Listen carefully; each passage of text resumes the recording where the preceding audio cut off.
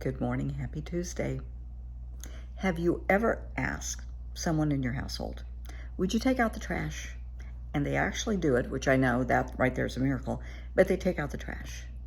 Do you go out to the trash and start going through it and dragging it back in? Yeah, probably not. Most of us don't. When you ask God, the universe, whomever you pray to, please help me, please remove XYZ from my life. Release and remove these people from my life. Release and remove this situation, this addiction, whatever it is, from my life. What do you do then? You've asked, let's get rid of it, let it go. But do you chase after it when it goes away? That's the kicker.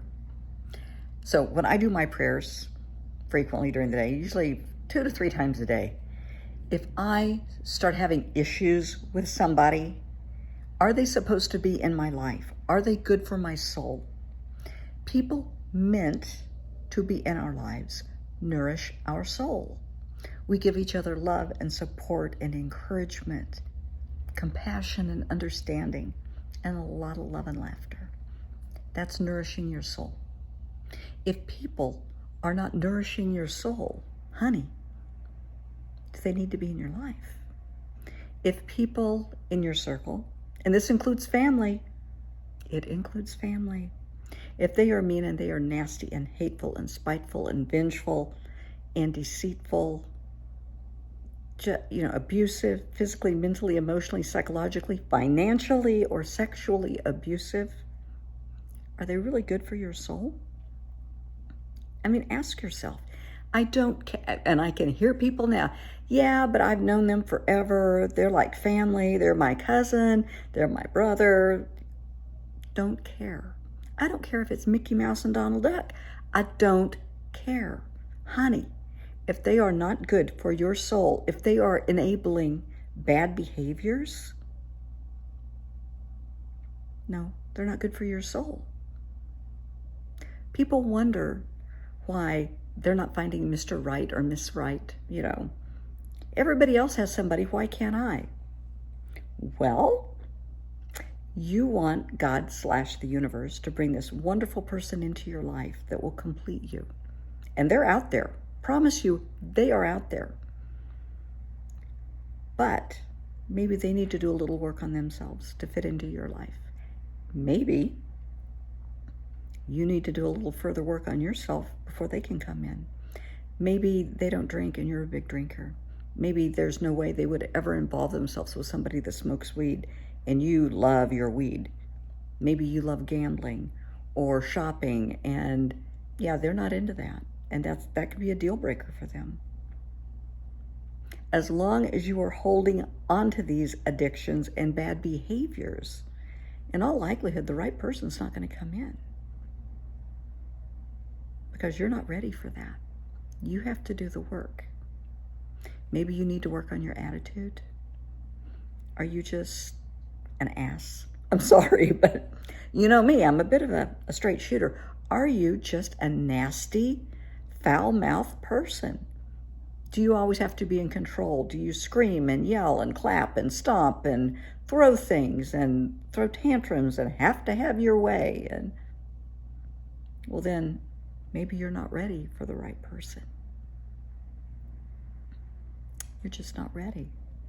And as soon as, words have power. And as soon as you say out loud, I wouldn't give whatever, drinking, shopping, gambling, whatever it is, I wouldn't give that up for anything or anybody. Really. Probably shouldn't have said that, because you're just reinforcing the fact that you're choosing poor behaviors over finding somebody special. Yeah. Also, so when I do, this is what I say when I do my prayers.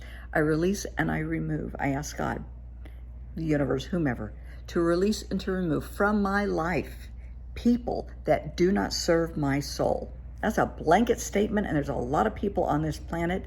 If they don't serve my soul, hit the road. I don't want them around. Now, I know tons of people all over the world. So if people start falling away, don't chase them. You just ask God to remove them. Don't go chasing them. Don't go throwing tantrums. Don't go, well, you don't call anymore. I never hear from you anymore. You ask God to remove them. Let him do his job and let it go. And that's hard to do. If you ask for God to intervene in your work environment, your work situation, release and remove all negative, toxic, unhealthy situations, circumstances, events, environments, and you lose your job, that means there's another job out there for you that is better suited to you. Let it fall away. Don't start throwing tantrums because you just ask for the help. God heard you. He helped you. Don't get pissy. Get productive. Start applying for jobs. If you're not happy with your job, if you're feeling disrespected, unheard, abused, get the hell out. Whether it's a work environment, a home environment, get the hell out. Go someplace where you are nurtured and loved and respected. Absolutely. Absolutely, absolutely. But when you ask God, the universe, whomever, to intervene on your behalf, and they do, you ask for this to happen. Let it happen. They're taking, this is kind of a tacky term, I know, but they're taking the garbage out of your life. Don't go chasing through the garbage and dragging it back in. Let it go. I do not care how cute, sweet, wealthy, funny this person is. Don't care. Don't care that they're famous. Don't care. Don't care that they have connections. They drive a certain car. They have a certain career. They can get you into all the right places. Don't care. Don't care. If they aren't serving your soul and you have asked God to remove people like this from your life, let it go. That's called a sign. Because the right people will start coming into your life. Absolutely, positively, the right people will come in. But pay attention what you ask for, because you are going to get what you ask for. Think about what you're saying. Think about what you're asking for. You deserve happiness and love and respect, to be treated with dignity and kindness. And in turn, you have to treat others that way. You can't be going around yelling at people, screaming at people, throwing things, hitting people, being violent. People don't realize, because many times they're raised in that environment. They were raised in violence and with screaming and yelling. And for them, it's the norm. Well, honey, for a lot of us, it's not.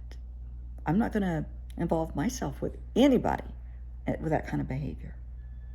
And maybe your Mr. Right is that same way. Maybe you need to make some changes. Look in the mirror. Look at your behavior. What do I need to change about myself? What are some positive things I need to work toward? You can ask God to release and to remove negative attitudes and behaviors, self-sabotage, self-destructive patterns, behaviors, and attitudes, self-hatred, self-loathing, guilt, shame, humiliation that stems back to core wounds from childhood. Absolutely. But make sure that you are ready to receive the right person. You might have to give up some of the vices that you enjoy so much.